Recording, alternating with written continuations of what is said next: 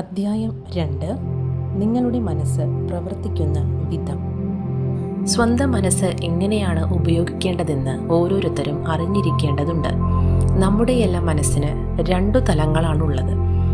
യുക്തിസഹമായി ചിന്തിക്കുന്ന ബോധമനസ്സും യുക്തിചിന്തയ്ക്ക് വഴങ്ങാത്ത ഉപബോധ മനസ്സും. ബോധമനസ്സ് ഉപയോഗിച്ചാണ് നാം ചിന്തിക്കുന്നത്. നമ്മുടെ ബോധമനസ്സിലൂടെ പതിവായി കടന്നുപോകുന്ന ചിന്തകളുടെ സ്വഭാവമനുസരിച്ചാണ് ഉപബോധ മനസ്സ് പ്രവർത്തിക്കുന്നത്. മനുഷ്യവികാരങ്ങളുടെയും സർഗാത്മകതയുടെയും സ്ഥാനം ഉപബോധ മനസ്സാണ്. നിങ്ങൾ നല്ലത് ചിന്തിച്ചാൽ നിങ്ങൾക്ക് നല്ലത് സംഭവിക്കും. അതേസമയം അശുഭമായ ചിന്തകൾ ദോഷമായേ ഭവിക്കൂ. ഇങ്ങനെയാണ് നിങ്ങളുടെ മനസ്സ് പ്രവർത്തിക്കുന്നത്.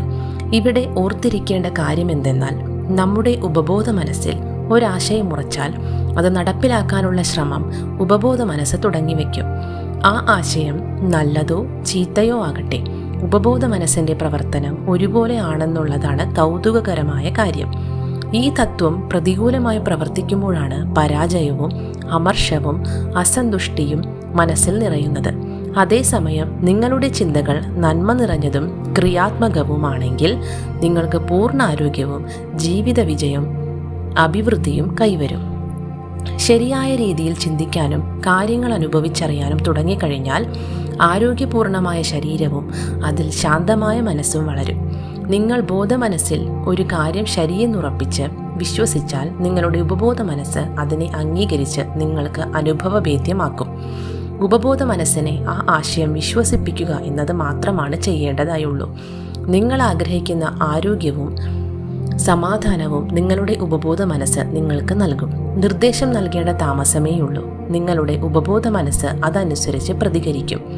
ബോധമനസ്സിൽ കൊണ്ടു നടക്കുന്ന ആശയങ്ങളുടെയും ആലോചനകളുടെയും സ്വഭാവമനുസരിച്ചാണ് നിങ്ങളുടെ ഉപബോധ മനസ്സ് പ്രതികരിക്കുന്നത്. അതാണ് മനസ്സിൻ്റെ നിയമം.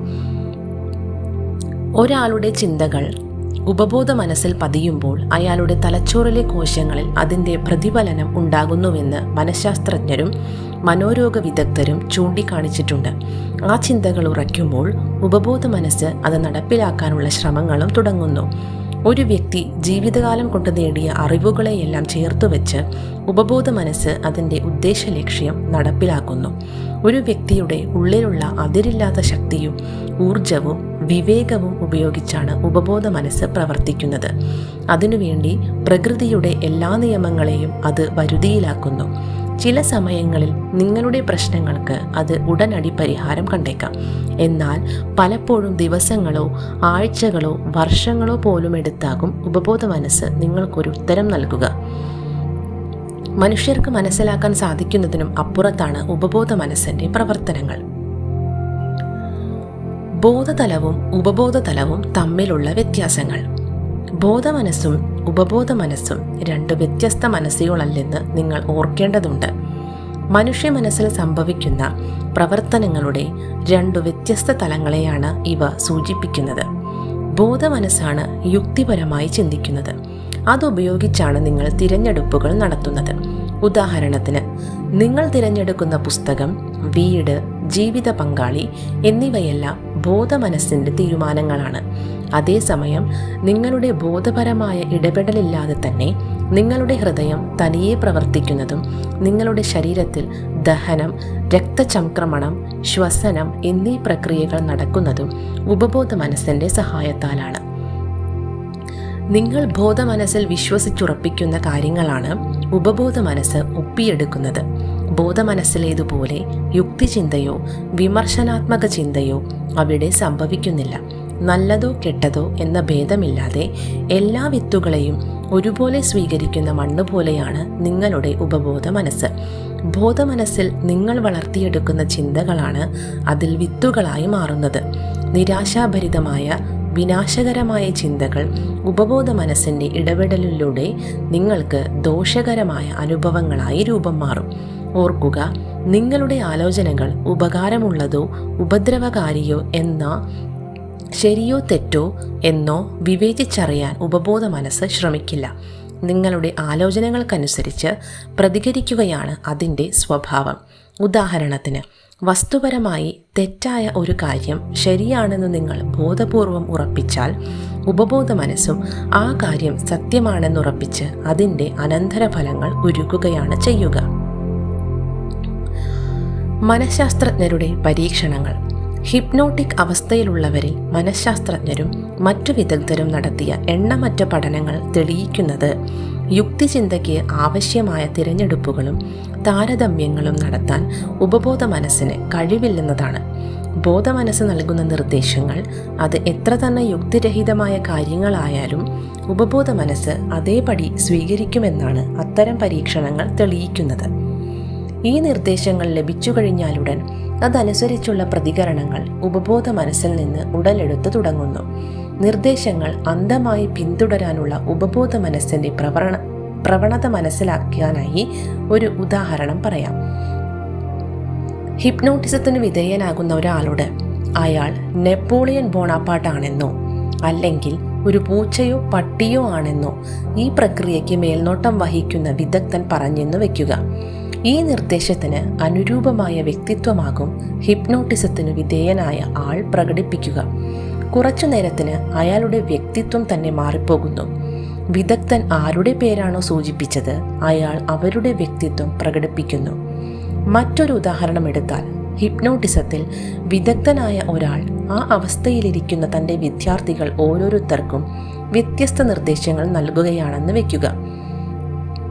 ഒരു വിദ്യാർത്ഥിയോട് അവൻ്റെ പുറം ചൊറിയുന്നതായും മറ്റൊരു വിദ്യാർത്ഥിയോട് അവൻ്റെ മൂക്കിൽ നിന്ന് രക്തം വരുന്നതായും, വേറൊരാളോട് അവൻ ഒരു മാർബിൾ പ്രതിമയാണെന്നും ഇനി മറ്റൊരാളോട് മുറിയിലെ താപനില 0 ഡിഗ്രിയിൽ താഴെ ആയതുകൊണ്ട് അവന് തണുത്തു വിറയ്ക്കുന്നുണ്ടെന്നും ആ വിദഗ്ധൻ പറയുകയാണ്. അവരുടെ ചുറ്റിലുമുള്ള യഥാർത്ഥ സാഹചര്യം എന്തുതന്നെയായാലും ഓരോ വിദ്യാർത്ഥിയും തനിക്ക് കിട്ടുന്ന സൂചനകൾ സത്യമാണെന്ന് വിശ്വസിച്ച് അതിനനുസരിച്ചാണ് പിന്നെ പ്രതികരിക്കുക. ബോധമനസ്സും ഉപബോധ മനസ്സും തമ്മിലുള്ള വ്യത്യാസങ്ങൾ ഈ ഉദാഹരണങ്ങളിൽ നിന്ന് വ്യക്തമായിരിക്കുമല്ലോ. ബോധമനസ്സ് നൽകുന്ന സൂചനകൾ അതിൻ്റെ ശരിതെറ്റുകളോ യുക്തിഭദ്രതയോ പരിശോധിക്കാതെ അതേപടി വിശ്വസിക്കുകയാണ് പക്ഷപാതിത്വമില്ലാത്ത ഉപബോധ മനസ്സിൻ്റെ സ്വഭാവം. അതുകൊണ്ട് തന്നെ മനസ്സിന് കുളിർമയേകുന്ന, സാന്ത്വനപ്പെടുത്തുന്ന, സുഖപ്പെടുത്തുന്ന ചിന്തകളും ആശയങ്ങളും വളർത്തിയെടുക്കേണ്ടത് പ്രധാനമാണ്. വസ്തുനിഷ്ഠമായ മനസ്സ്, ആത്മനിഷ്ഠമായ മനസ്സ് എന്നീ പദങ്ങളുടെ അർത്ഥം.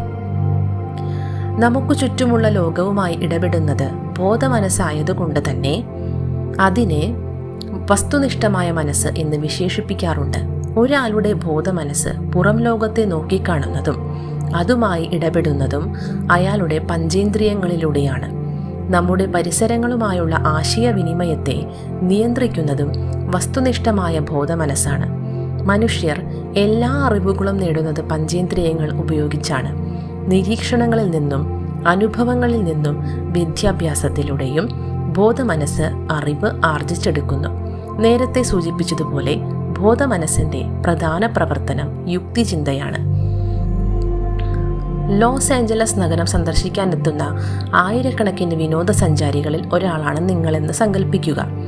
നഗരത്തിലെ പാർക്കുകളും ഭംഗിയുള്ള പൂന്തോട്ടങ്ങളും കൂറ്റൻ കെട്ടിടങ്ങളും വീടുകളുമെല്ലാം കണ്ട ശേഷം ഇതൊരു മനോഹരമായ നഗരമാണെന്ന തിരിച്ചറിവിൽ നിങ്ങളെത്തുന്നു. ഇവിടെ നിങ്ങളുടെ ബോധമനസ്സാണ് നിങ്ങളെ ഈ നിഗമനത്തിൽ എത്തിക്കുന്നത്. ഉപബോധ മനസ്സ് പലപ്പോഴും ആത്മനിഷ്ഠമായ മനസ്സെന്നാണ് വിശേഷിപ്പിക്കപ്പെടുന്നത്. നിങ്ങളുടെ ഉപബോധ മനസ്സ് ചുറ്റുമുള്ള സാഹചര്യത്തെ മനസ്സിലാക്കുന്നത് പഞ്ചേന്ദ്രിയങ്ങൾ ഉപയോഗിച്ചല്ല, മറിച്ച് അതിന് സ്വന്തമായുള്ളൊരു അവബോധം വെച്ചാണ്. നിങ്ങളുടെ വികാരങ്ങളും ഓർമ്മകളും കേന്ദ്രീകരിച്ചിരിക്കുന്നത് ഉപബോധ മനസ്സിലാണ്. ബോധമനസ്സ് ആശ്രയിക്കുന്ന പഞ്ചേന്ദ്രിയങ്ങൾ സജീവമല്ലാത്ത അവസ്ഥയിലാണ് ഉപബോധ മനസ്സ് ഏറ്റവും കാര്യക്ഷമമായി പ്രവർത്തിക്കുക. ചുരുക്കി പറഞ്ഞാൽ, വസ്തുനിഷ്ഠമായ മനസ്സ് നിർജീവമായി അല്ലെങ്കിൽ സജീവമല്ലാതിരിക്കുന്ന അവസ്ഥയിൽ നമ്മുടെ വ്യക്തിത്വം വെളിപ്പെടുത്തുന്നത് ഉപബോധ മനസ്സാണ്. നിങ്ങൾ കണ്ണുകൊണ്ട് കാണാത്ത കാര്യങ്ങളാണ് ഉപബോധ മനസ്സ് കാണുന്നത്. അതിന് കണ്ണുകൾക്ക് അതീതമായി കാണാനും കാതുകൾക്ക് അതീതമായി കേൾക്കാനുമുള്ള ശക്തിയുണ്ട്. നിങ്ങളുടെ ഉപബോധ മനസ്സിന് ശരീരത്തിൽ നിന്ന് പുറത്തു കടന്ന് ദൂരങ്ങൾ യാത്ര ചെയ്ത് ഏറ്റവും കൃത്യമായ വ്യക്തവുമായ വിവരങ്ങൾ അറിയാനുള്ള കഴിവുണ്ട്. മറ്റുള്ളവരുടെ ചിന്തകൾ വായിച്ചെടുക്കാനും താഴിട്ട് പൂട്ടി മറച്ചു വെച്ചിരിക്കുന്ന സത്യങ്ങൾ കണ്ടെത്താനും അതിന് കഴിയും. സാധാരണഗതിയിൽ മറ്റുള്ളവരുമായി ആശയവിനിമയം നടത്താൻ നമ്മൾ ഉപയോഗിക്കുന്ന മാർഗങ്ങളുടെ സഹായമില്ലാതെ തന്നെ അവരുടെ ആലോചനകൾ മനസ്സിലാക്കിയെടുക്കാൻ ഉപബോധ മനസ്സിന് പ്രാപ്തിയുണ്ട്. അതുകൊണ്ട് തന്നെ പ്രാർത്ഥന എന്ന പ്രക്രിയയെപ്പറ്റി ശരിക്കും മനസ്സിലാക്കാൻ വസ്തുനിഷ്ഠവും ആത്മനിഷ്ഠവുമായ മനസ്സുകൾ തമ്മിലുള്ള വ്യത്യാസവും പരസ്പര ബന്ധവും കൃത്യമായി മനസ്സിലാക്കേണ്ടതുണ്ട്. യുക്തിചിന്ത നടത്താനുള്ള ബോധമനസ്സിന്റെ കഴിവ് ഉപബോധ മനസ്സിനില്ല. നിങ്ങളുടെ ഉപബോധ മനസ്സിന് വിമർശനാത്മകമായി ചിന്തിക്കാനുള്ള കഴിവില്ല. അതുകൊണ്ട് തന്നെ നിങ്ങൾ തെറ്റായ സൂചനകൾ കൊടുത്താൽ അവ സത്യമെന്നുറപ്പിച്ച് അതിനനുസരിച്ചുള്ള അനുഭവങ്ങളും സംഭവങ്ങളും സാഹചര്യങ്ങളും ഒരുക്കാൻ ഉപബോധ മനസ്സ് ശ്രമം തുടങ്ങും. നിങ്ങൾക്ക് സംഭവിച്ചിട്ടുള്ള എല്ലാ കാര്യങ്ങളും നിങ്ങളുടെ ബോധമനസ്സിന്റെ വിശ്വാസങ്ങളായി ഉപബോധ മനസ്സിൽ പതിഞ്ഞിട്ടുള്ള കാര്യങ്ങളുടെ ഫലമാണ്.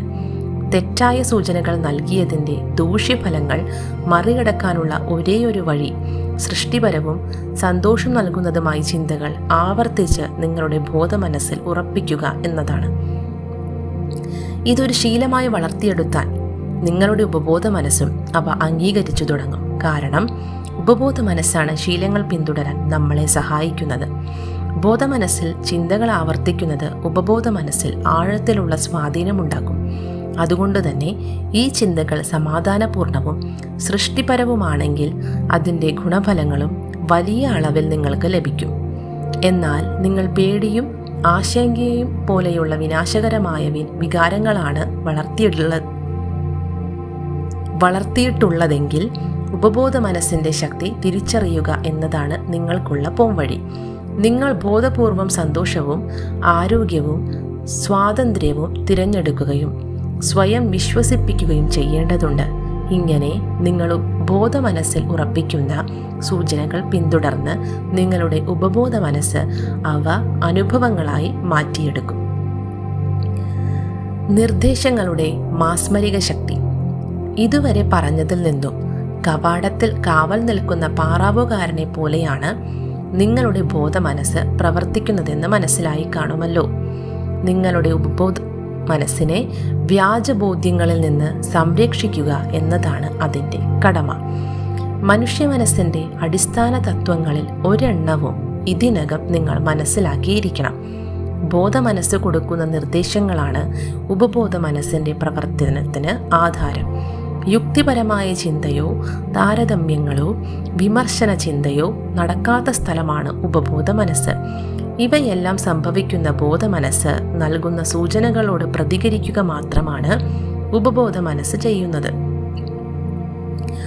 ആ പ്രതികരണങ്ങളിൽ ഒരു തരത്തിലുള്ള ഏറ്റക്കുറച്ചിലുകളോ പക്ഷപാതങ്ങളോ അത് പ്രകടിപ്പിക്കുന്നില്ല.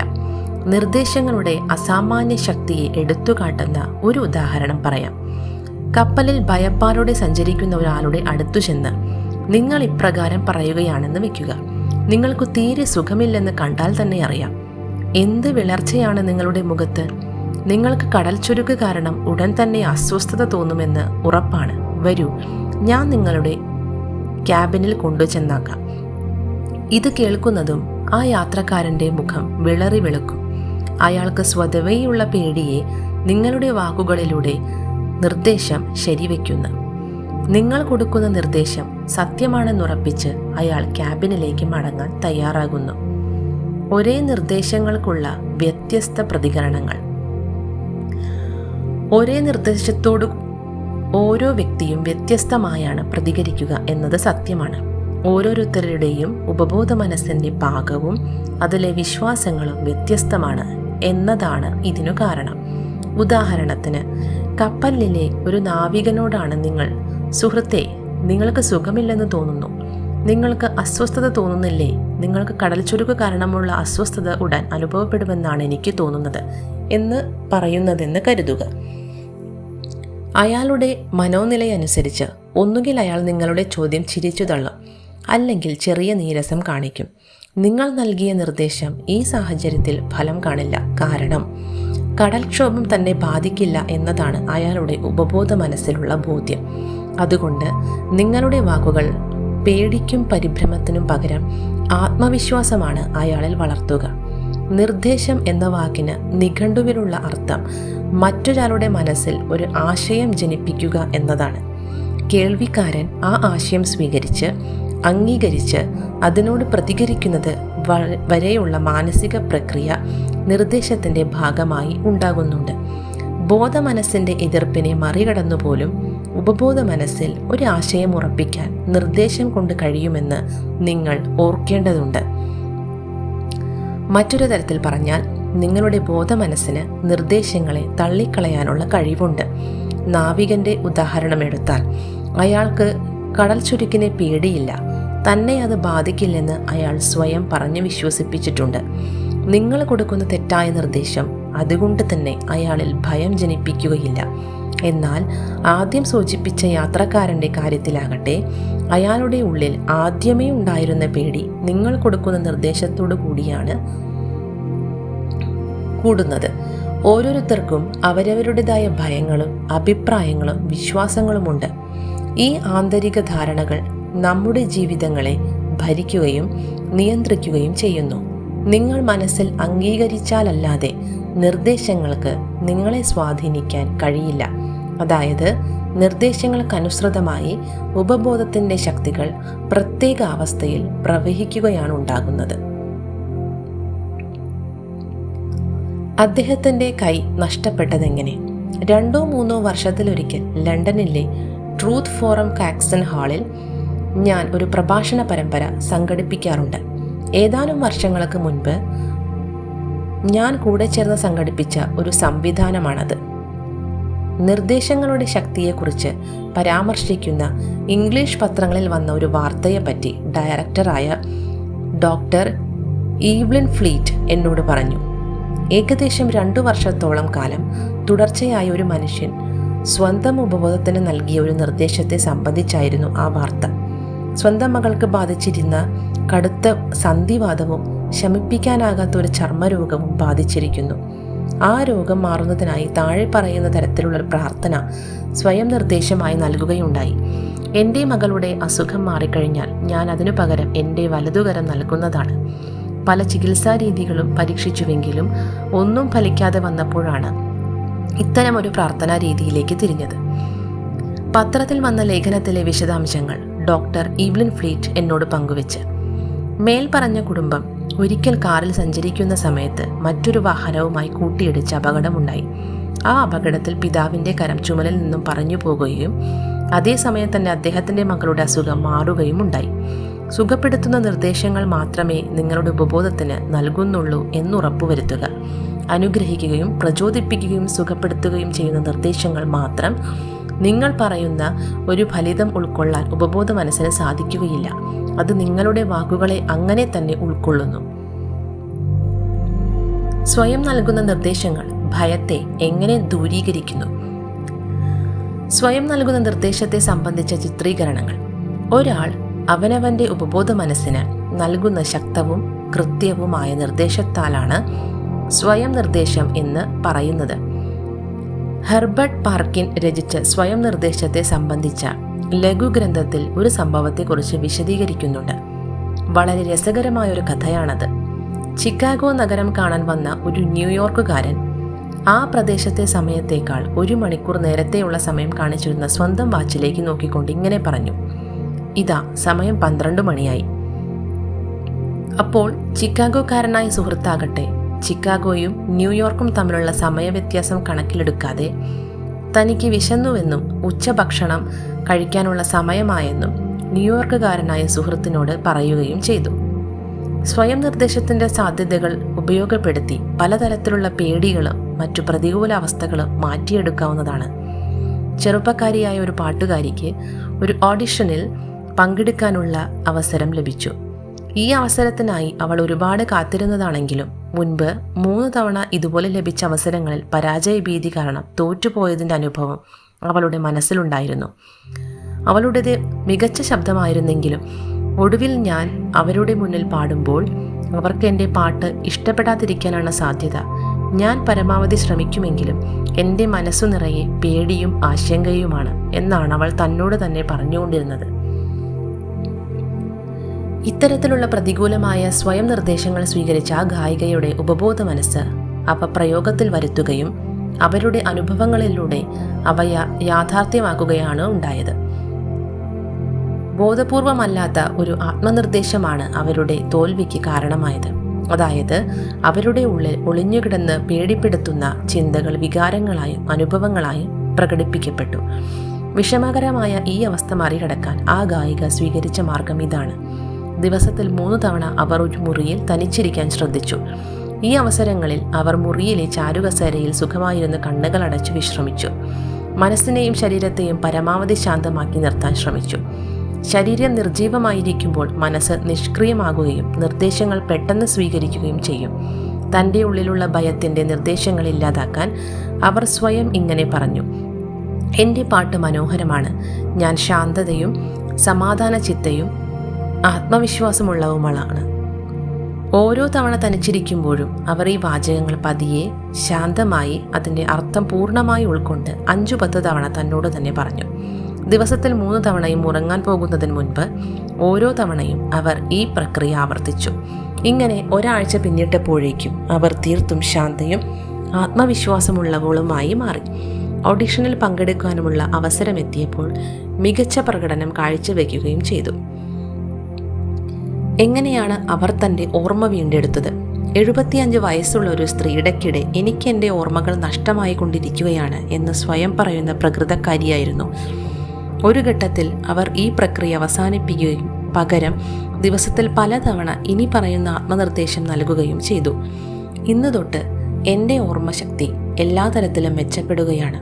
ഓരോ സന്ദർഭത്തിലും സ്ഥലത്തും ആവശ്യം വന്നേക്കാവുന്ന കാര്യങ്ങൾ ഞാൻ എപ്പോഴും ഓർത്തിരിക്കുകയാണ്. എൻ്റെ മനസ്സിൽ പതിയുന്ന ഓർമ്മകൾ വ്യക്തവും തെളിമയുമുള്ളവയായിരിക്കും. യാതൊരു പ്രയാസവും കൂടാതെ സ്വാഭാവികമായി ഞാൻ അവയെല്ലാം ഓർത്തുവെക്കും. എനിക്ക് പിന്നീട് ഓർത്തെടുക്കേണ്ടതും കൃത്യസമയത്ത് വ്യക്തമായി എൻ്റെ മനസ്സിൽ തെളിഞ്ഞു വരും. ദിവസം ചെല്ലും തോറും ദ്രുതഗതിയിലാണ് എൻ്റെ ഓർമ്മ മെച്ചപ്പെടുന്നത്. വൈകാതെ തന്നെ എൻ്റെ ഓർമ്മശക്തി മുൻപുണ്ടായിരുന്നതിനേക്കാൾ മെച്ചപ്പെട്ട അവസ്ഥയിലെത്തും. ഇങ്ങനെ പറഞ്ഞു തുടങ്ങി 3 ആഴ്ച പിന്നിട്ടപ്പോൾ തന്നെ തൻ്റെ ഓർമ്മശക്തി പഴയ നിലയിലെത്തിയെന്ന് തിരിച്ചറിഞ്ഞ ആ സ്ത്രീ ഏറെ സന്തുഷ്ടയാകുകയും ചെയ്തു. അദ്ദേഹം എങ്ങനെയാണ് തൻ്റെ മുൻകോപത്തെ വരുതിയിലാക്കിയത്? തങ്ങൾ മുൻകോപക്കാരാണെന്നും ചെറിയ കാര്യങ്ങൾ പോലും തങ്ങളെ അലോസരപ്പെടുത്തുന്നുവെന്നും പരാതിപ്പെടുന്ന പല പുരുഷന്മാരും സ്വയം നിർദ്ദേശത്തിൻ്റെ സ്വാധീനത്തിന് പെട്ടെന്ന് വഴങ്ങുന്നവരാണ്. ഇനി പറയുന്ന വാചകങ്ങൾ 1 മാസത്തോളം ദിവസത്തിൽ 3 തവണയായി രാവിലെയും ഉച്ചയ്ക്കും രാത്രി ഉറങ്ങാൻ പോകുന്നതിന് മുൻപും സ്വയം പറഞ്ഞതോടെ അവരിൽ അരുതാവഹമായ മാറ്റമുണ്ടായിട്ടുണ്ട്. ഇനി മുതൽ ഞാൻ എപ്പോഴും പ്രസന്നവാനായിരിക്കും. സന്തോഷവും ഉത്സാഹവും നിരന്തരം നിറഞ്ഞു നിൽക്കുന്ന മനസ്സായിരിക്കും എൻ്റേത്.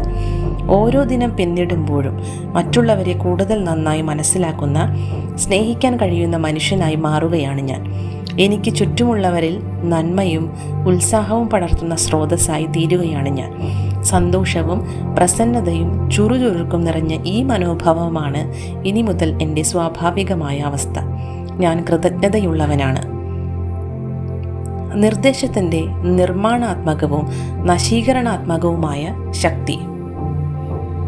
ബാഹ്യനിർദ്ദേശത്തെക്കുറിച്ചുള്ള ചില വിവരണങ്ങളും വിലയിരുത്തലുകളും ആണ് ഇവിടെ വിശദമാക്കുന്നത്.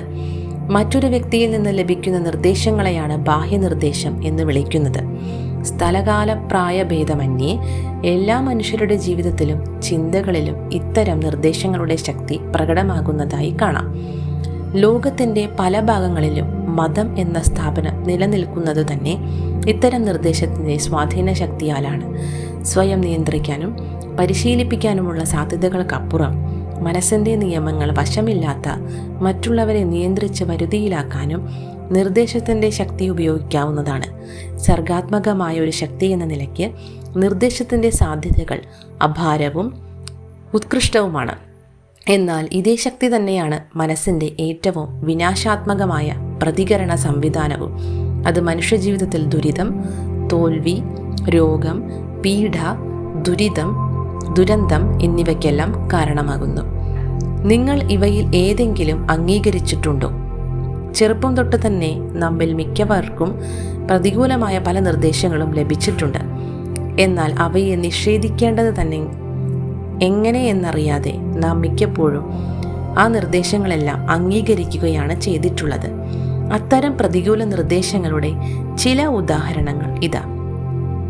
നിനക്ക് സാധിക്കില്ല, നിനക്കൊരിക്കലും ഒന്നുമായി തീരാൻ കഴിയില്ല, നീ അത് ചെയ്യരുത്, നീ പരാജയപ്പെടും, നീ വിജയിക്കാനുള്ള സാധ്യത തീരെയില്ല, നീ ചെയ്തതെല്ലാം തെറ്റാണ്, നീ ഇത് ചെയ്യുന്നത് കൊണ്ട് പ്രത്യേകിച്ച് ഉപകാരമൊന്നുമില്ല, നിനക്ക് എന്തറിയാം എന്നതിലല്ല, ആരെ അറിയാം എന്നതിലാണ് കാര്യം. ഈ ലോകം നാശത്തിലേക്ക് നീങ്ങുകയാണ്, എന്തു ചെയ്തിട്ടും കാര്യമില്ല, ആരും ശ്രദ്ധിക്കുന്നില്ല, ഇത്ര കഷ്ടപ്പെടുന്നത് കൊണ്ട് യാതൊരു പ്രയോജനവുമില്ല, നിനക്ക് വല്ലാതെ വയസ്സായി കഴിഞ്ഞു, സ്ഥിതിഗതികൾ കൂടുതൽ വഷളാവുകയാണ്, ജീവിതം കഷ്ടപ്പാടുകളുടെ ഒരു പരമ്പരയാണ്, പ്രേമം നിസ്സാരമായ വികാരമാണ്, നിനക്ക് ജയിക്കാൻ സാധിക്കുകയില്ല, നീ ഉടൻ തന്നെ കടക്കിണിയിലാകും, സൂക്ഷിച്ചില്ലെങ്കിൽ നിനക്കും വൈറസ് ബാധയേൽക്കും, ഒരു മനുഷ്യനെ പോലും വിശ്വസിക്കാൻ കൊള്ളില്ല. പ്രായപൂർത്തിയായ വ്യക്തികൾ സ്വയം നവീകരിക്കാനുള്ള ശ്രമങ്ങളുടെ ഭാഗമായി സർഗാത്മകമായ ആത്മനിർദ്ദേശം ഉപയോഗിക്കുന്ന സാഹചര്യങ്ങളിൽ ഒഴിച്ച് നമ്മളുടെ മനസ്സിൽ മുൻപ് പതിഞ്ഞിട്ടുള്ള ചിന്തകൾ നമ്മുടെ വ്യക്തിജീവിതത്തിലും സാമൂഹിക ജീവിതത്തിലും തോൽവിക്ക് കാരണമാകുന്ന സ്വഭാവങ്ങളായി മാറാൻ സാധ്യതയുണ്ട്. ജീവിതചര്യകൾ താളം തെറ്റിക്കുന്ന നല്ല ശീലങ്ങൾ വളർത്തിയെടുക്കാനുള്ള ഏറ്റവും വലിയ തടസ്സമായി തീരുന്ന ഇത്തരം പ്രതികൂല നിർദ്ദേശങ്ങളുടെ സ്വാധീനത്തിൽ നിന്ന് സ്വയം രക്ഷപ്പെടുത്താനുള്ള മാർഗമാണ് ആത്മനിർദ്ദേശം.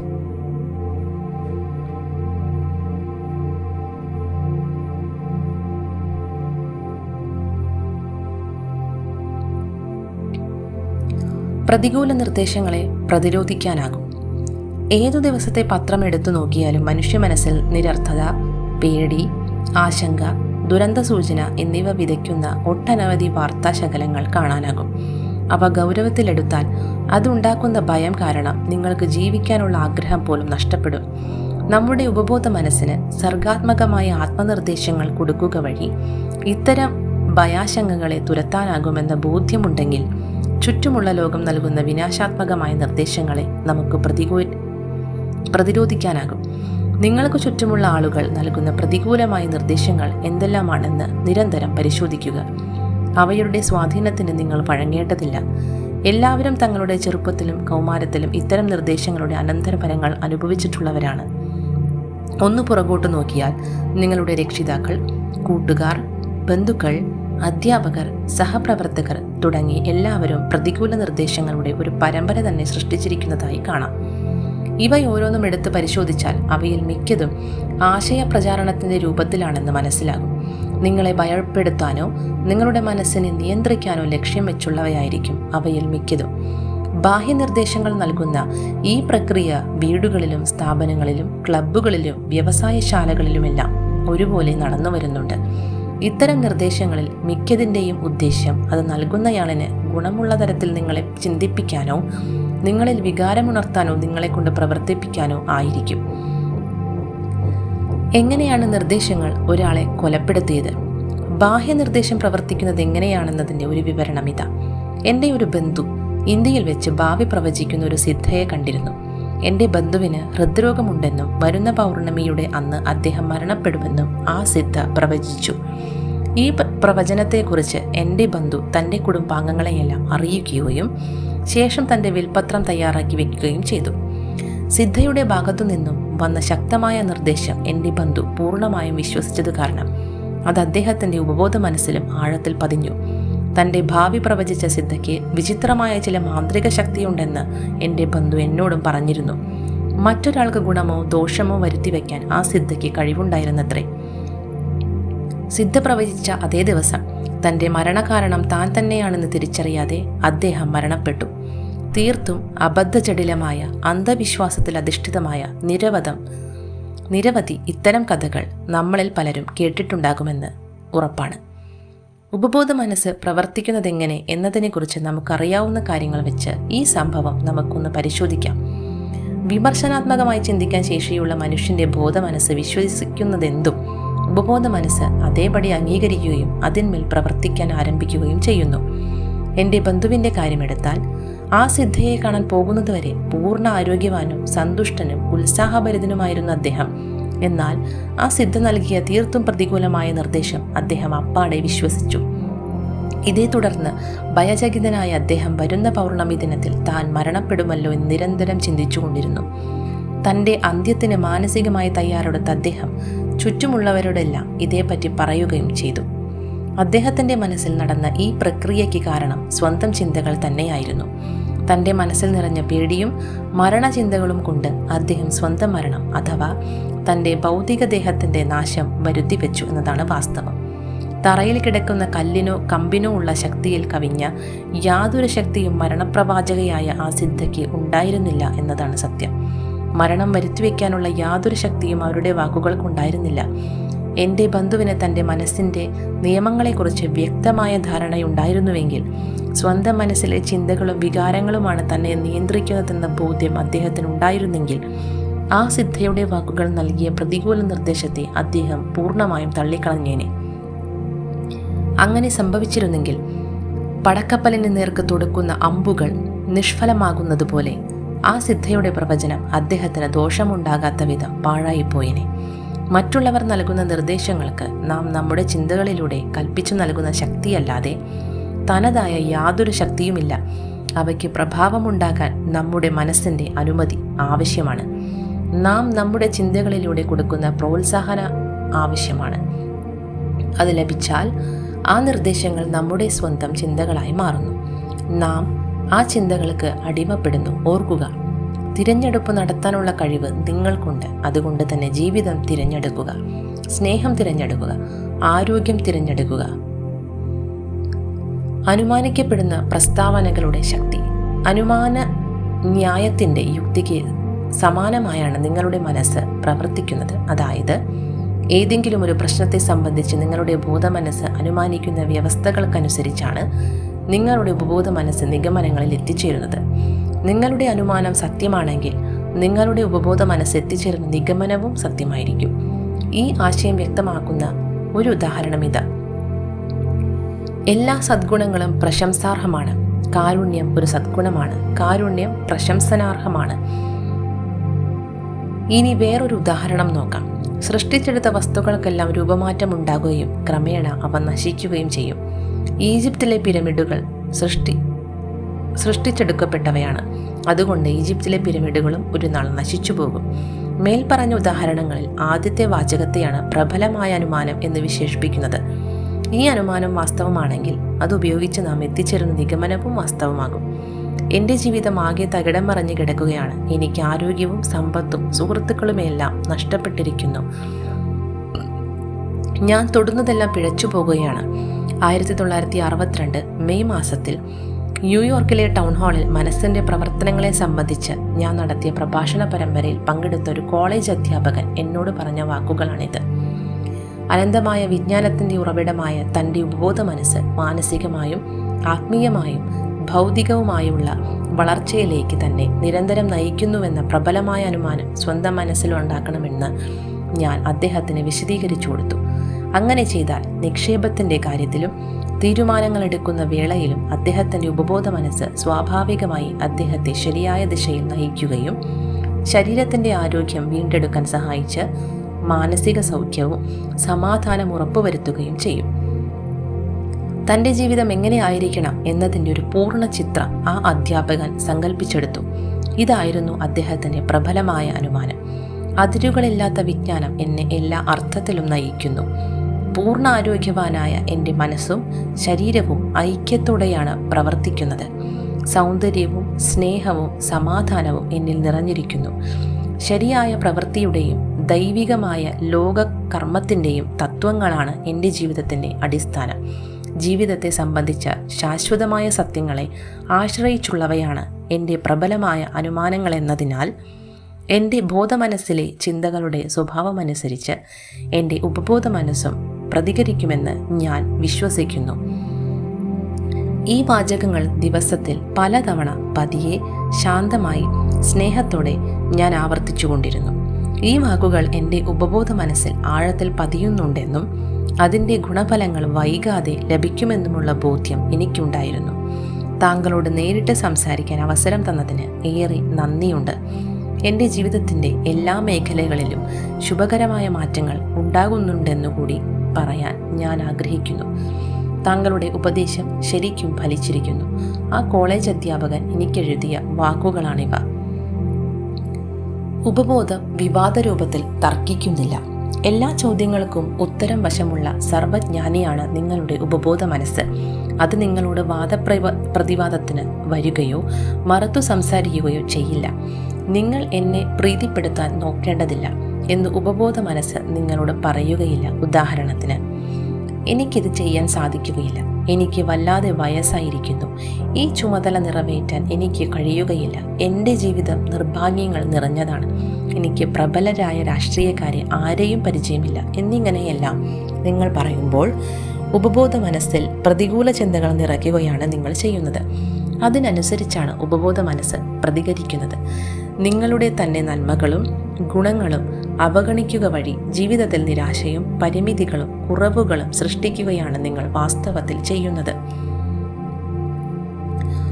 ബോധമനസ്സിലെ ചിന്തകളിലൂടെ തടസ്സങ്ങളും പ്രതിബന്ധങ്ങളും കാലതാമസവും വരുത്തി വയ്ക്കുമ്പോൾ നിങ്ങളുടെ ഉപബോധ മനസ്സിൽ കുടികൊള്ളുന്ന അനന്തമായ വിജ്ഞാനത്തെയും ബുദ്ധി വൈഭവത്തെയും നിങ്ങൾ തള്ളിപ്പറയുകയാണ്. നിങ്ങളുടെ പ്രശ്നം പരിഹരിക്കാൻ ഉപബോധ മനസ്സിന് കഴിവില്ലെന്ന് നിങ്ങൾ പറഞ്ഞു വയ്ക്കുന്നു. ഇത് മാനസികവും വൈകാരികവുമായ വീർപ്പുമുട്ടലിലേക്കും നാഡീവ്യവസ്ഥയെ ബാധിക്കുന്ന രോഗാവസ്ഥയിലേക്കും നയിക്കുകയും ചെയ്യുന്നു. നിങ്ങൾക്ക് അനുഭവപ്പെടുന്ന നിരാശ മറികടന്ന് നിങ്ങളുടെ ആഗ്രഹങ്ങൾ സഫലീകരിക്കുന്നതിനായി ഈ വാക്കുകൾ ദിവസത്തിൽ പലതവണ ഉറച്ച ബോധ്യത്തോടെ പറയുക. എൻ്റെ മനസ്സിൽ ഈ ആഗ്രഹം ജനിപ്പിച്ച അനന്തമായ വിജ്ഞാനം അതിൻ്റെ പൂർത്തീകരണത്തിലേക്കും എന്നെ നയിക്കും. എൻ്റെ ആഗ്രഹം നടപ്പിലാക്കാനുള്ള വ്യക്തമായ പദ്ധതി അത് എൻ്റെ മനസ്സിൽ വെളിവാക്കി തരും. എൻ്റെ ഉപബോധ മനസ്സിൽ കുടികൊള്ളുന്ന ആഴത്തിലുള്ള വിവേകം ഇപ്പോൾ പ്രവർത്തിക്കുന്നുണ്ടെന്നും അവിടെ ഉയരുന്ന പ്രതികരണങ്ങളാണ് എൻ്റെ പ്രവൃത്തികളായി പുറമെ പ്രകടിപ്പിക്കപ്പെടുന്നതെന്നും ഞാൻ തിരിച്ചറിയുന്നു. ഈ പ്രക്രിയയ്ക്ക് ഒരു താളവും സന്തുലനവും സ്ഥിരതയുമുണ്ട്. ഇതിൽ നിന്ന് പുറത്തു കടക്കാൻ യാതൊരു വഴിയുമില്ല. എന്തു ചെയ്യണമെന്ന് എനിക്കറിയില്ല. ഈ സമസ്യയ്ക്ക് ഒരു പരിഹാരം കാണുന്നില്ല. ഒരു വഴി കണ്ടെത്താനാകാതെ ഞാൻ കുഴങ്ങിപ്പോകുന്നു എന്നിങ്ങനെയാണ് നിങ്ങൾ ചിന്തിക്കുന്നതെങ്കിൽ നിങ്ങളുടെ ഉപബോധ മനസ്സ് ഒരു തരത്തിലുള്ള ഉത്തരമോ പ്രതികരണമോ തരില്ല. ഉപബോധ മനസ്സ് നിങ്ങൾക്ക് വേണ്ടി പ്രവർത്തിക്കണമെങ്കിൽ, അത് നിങ്ങളോട് സഹകരിക്കണമെങ്കിൽ ശരിയായ മാർഗത്തിൽ അതിനായി സഹായം ആവശ്യപ്പെടേണ്ടതുണ്ട്. ഉപബോധ മനസ്സ് നിങ്ങൾക്കായി സദാസമയം പ്രവർത്തിക്കുന്നുണ്ട്. ഈ നിമിഷത്തിൽ പോലും അത് നിങ്ങളുടെ ഹൃദയമെടുപ്പും ശ്വസന പ്രക്രിയയും നിയന്ത്രിക്കുന്നുണ്ട്. നിങ്ങളുടെ വിരലിൽ ഉണ്ടാകുന്ന മുറിവ് പോലും ഉണക്കുന്ന ഉപബോധ മനസ്സിൻ്റെ പ്രവണത നിങ്ങളെ പരിപാലിക്കാനും സൗഖ്യത്തോടെ നിലനിർത്താനുമാണ്. സ്വന്തമായ ഒരു പ്രവർത്തന രീതിയുള്ളപ്പോഴും നിങ്ങളുടെ ചിന്തകളും അതിൻ്റെ സഞ്ചാരങ്ങളുമാണ് ഉപബോധ മനസ്സ് പിന്തുടരുന്നത്. നിങ്ങൾ ഒരു പ്രശ്നത്തിനുള്ള പരിഹാരം തേടുമ്പോൾ ഉപബോധ മനസ്സ് അതിനോട് പ്രതികരിക്കുമെങ്കിലും നിങ്ങൾ ബോധമനസ്സുപയോഗിച്ച് ശരിയായ നിർണയങ്ങൾ നടത്തി ഒരു തീരുമാനത്തിലെത്തുമെന്നാണ് അത് പ്രതീക്ഷിക്കുന്നത്. നിങ്ങൾ നേടുന്ന ഉത്തരം ഉപബോധ മനസ്സിൽ ഉണ്ടെന്നുള്ളത് ആദ്യം അംഗീകരിക്കണം. എന്നാൽ ഇതിൽ നിന്ന് പുറത്തു കടക്കാൻ യാതൊരു വഴിയുമില്ലെന്നാണ് തോന്നുന്നത്. എനിക്കാകെ സംഭവമാകുന്നു. എന്താണ് എനിക്ക് ഉത്തരങ്ങളൊന്നും ലഭിക്കാത്തത് എന്ന് നിങ്ങൾ ചിന്തിച്ചു തുടങ്ങിയാൽ ഉപബോധ മനസ്സിന് നിങ്ങൾ നൽകുന്ന അപേക്ഷയുടെ ഫലം കുറയുകയാണ്. പട്ടാളക്കാർ തങ്ങളുടെ സ്ഥാനത്തു നിന്നു നടത്തുന്ന മാർച്ച് പാറ്റുപോലെ നിങ്ങൾ മുന്നോട്ടു നീങ്ങാതെ എവിടെയും എത്താനാകാതെ തുടരും. മനസ്സിൻ്റെ സഞ്ചാരത്തെ പിടിച്ചു നിർത്തുക, മനസ്സിനെ ശാന്തമാക്കുക, എന്നിട്ട് പതിയെ സ്വയം പറഞ്ഞുറപ്പിക്കുക. എൻ്റെ ഉപബോധ മനസ്സിൽ ഉത്തരങ്ങളുണ്ട്, അത് എൻ്റെ ചിന്തകളോട് പ്രതികരിക്കുന്നുണ്ട്. ഉപബോധ മനസ്സിൻ്റെ അതിരുകളില്ലാത്ത വിജ്ഞാനത്തിൽ എല്ലാത്തിനുമുള്ള പരിഹാരമുണ്ടെന്നതിൽ എനിക്ക് കൃതജ്ഞതയുണ്ട്. എൻ്റെ അന്വേഷണങ്ങൾക്കുള്ള കൃത്യമായ ഉത്തരം അതെനിക്ക് മുന്നിൽ വെളിവാക്കുകയാണ്. എൻ്റെ ഉറച്ച വിശ്വാസത്തിലൂടെ ഉപബോധ മനസ്സിനെ അതിൻ്റെ എല്ലാ ശക്തിയോടും പ്രതാപത്തോടും ഞാൻ സ്വതന്ത്രമാക്കുകയാണ്. അങ്ങനെ ചെയ്യുന്നതിൽ എനിക്ക് അതിയായ സന്തോഷമുണ്ട്. പ്രധാന ആശയങ്ങളുടെ അവലോകനം. നല്ല ചിന്തകൾ വളർത്തിയാൽ നന്മയുണ്ടാകും. ദുഷിച്ച ചിന്തകൾ നാശമുണ്ടാകും. നിങ്ങൾ ദിവസം മുഴുവൻ എന്ത് ചിന്തിക്കുന്നുവോ നിങ്ങൾ അതായിത്തീരുന്നു. നിങ്ങളുടെ ഉപബോധ മനസ്സ് നിങ്ങളോട് തർക്കിക്കുകയില്ല.